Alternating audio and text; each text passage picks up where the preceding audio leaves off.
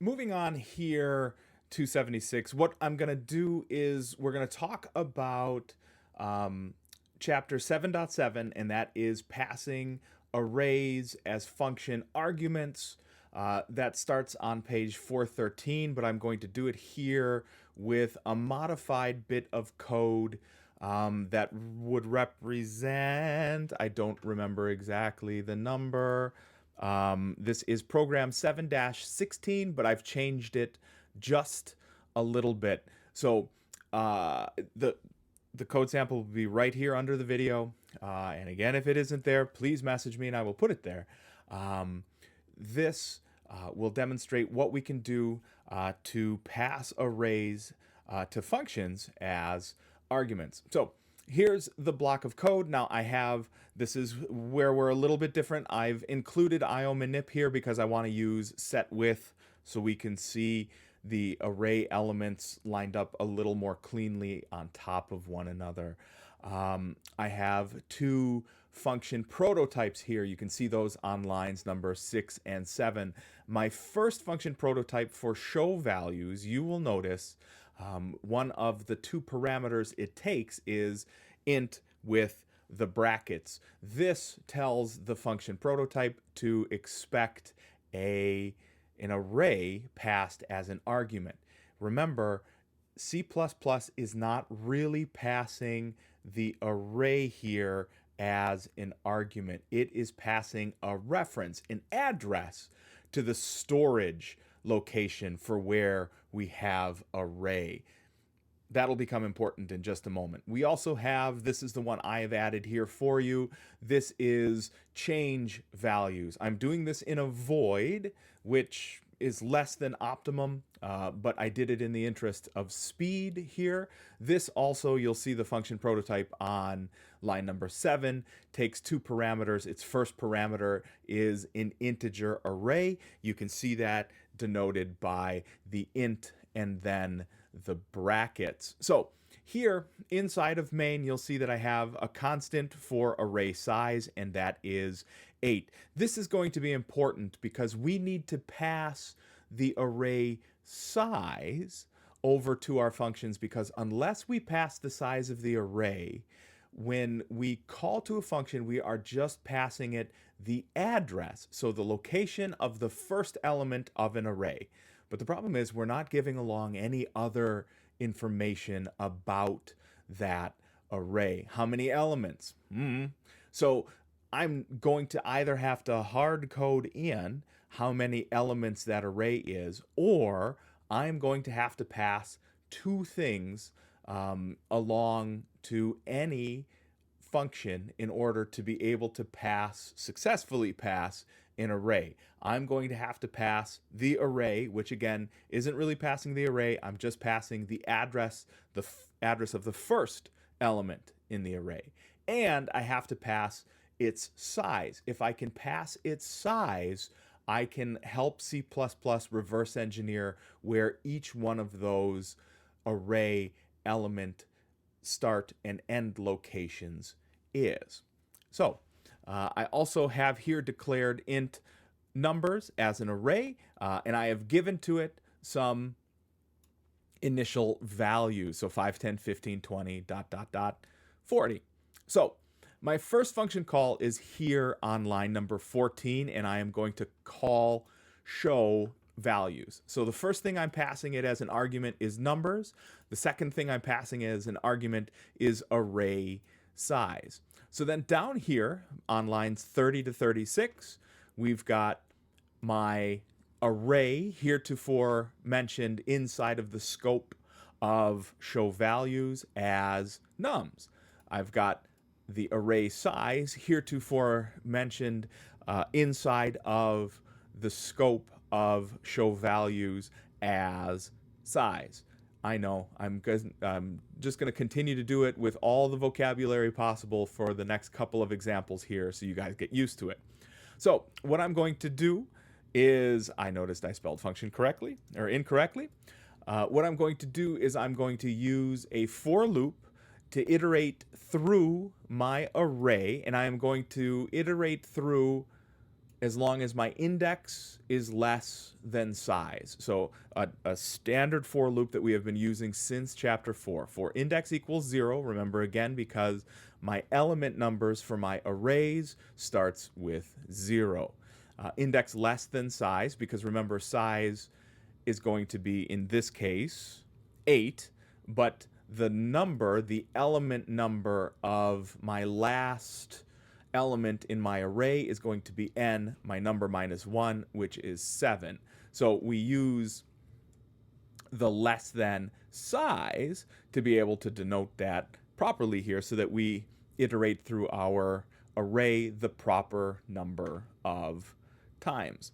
And I cannot make that any lower, unfortunately, but that'll be okay in our next function call. We'll just have to deal with it.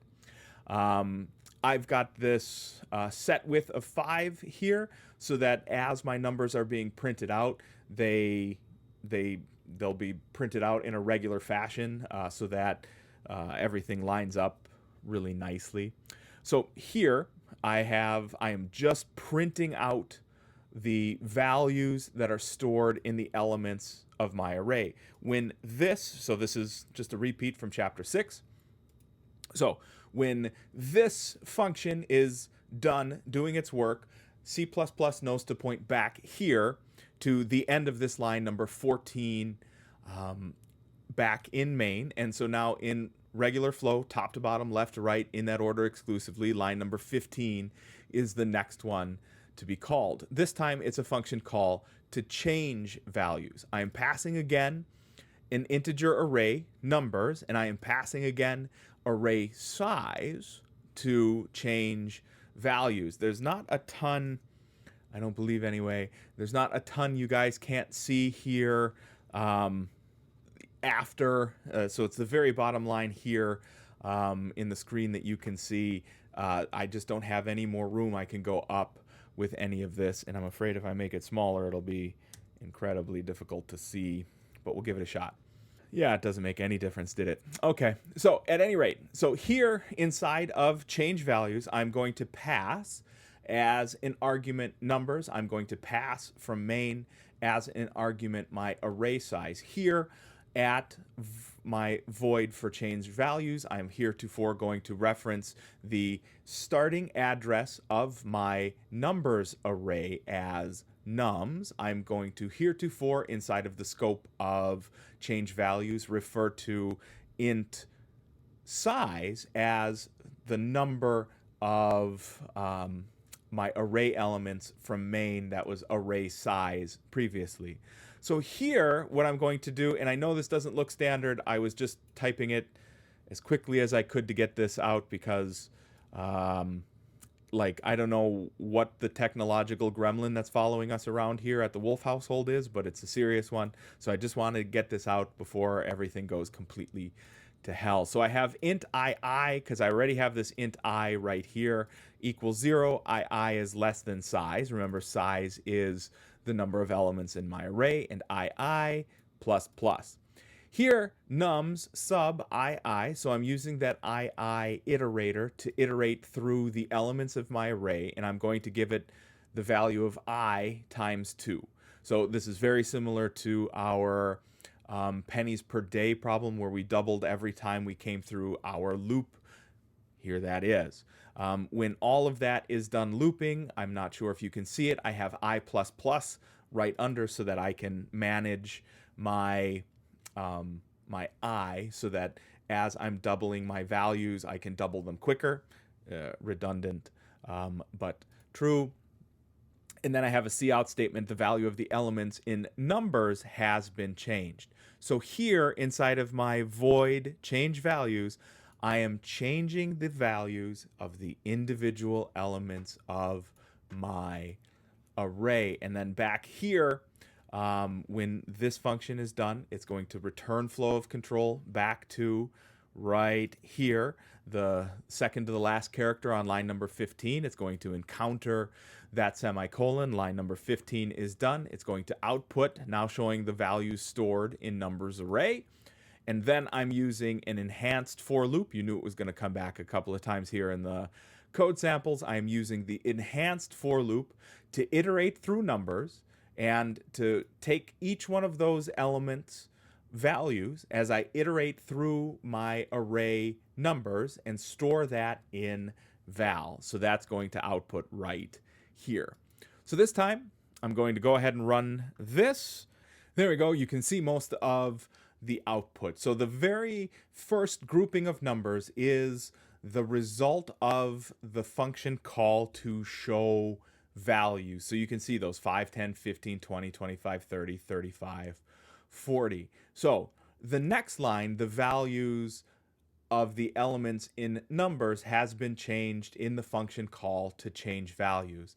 That is the result of me calling to change values on line number 15 over here in the code. Next, what happens, now showing values stored in numbers array, that happens with my cout statement on line 17, and then 2, 4, 6, 8, 10, 12, 14, 16 is the result of my enhanced for loop that you see on lines number 19 rather, and 18 rather, and 20. So we can use arrays as parameters for functions. So we can pass arrays around our program. The important thing to remember is as follows, that number one, the function that you define has to be able to accept an array as a parameter. So that's number one. We have to include the brackets there in order to ensure that. Number two, we also have to pass along the size of the array. It's something that is lost in translation when we pass arrays. Because we're not passing copies of the array, we're passing just the address of the location of the first element. So pass the array, the address, also pass the size of the array so that we can use a looping mechanism to actually use each one of the elements in our arrays.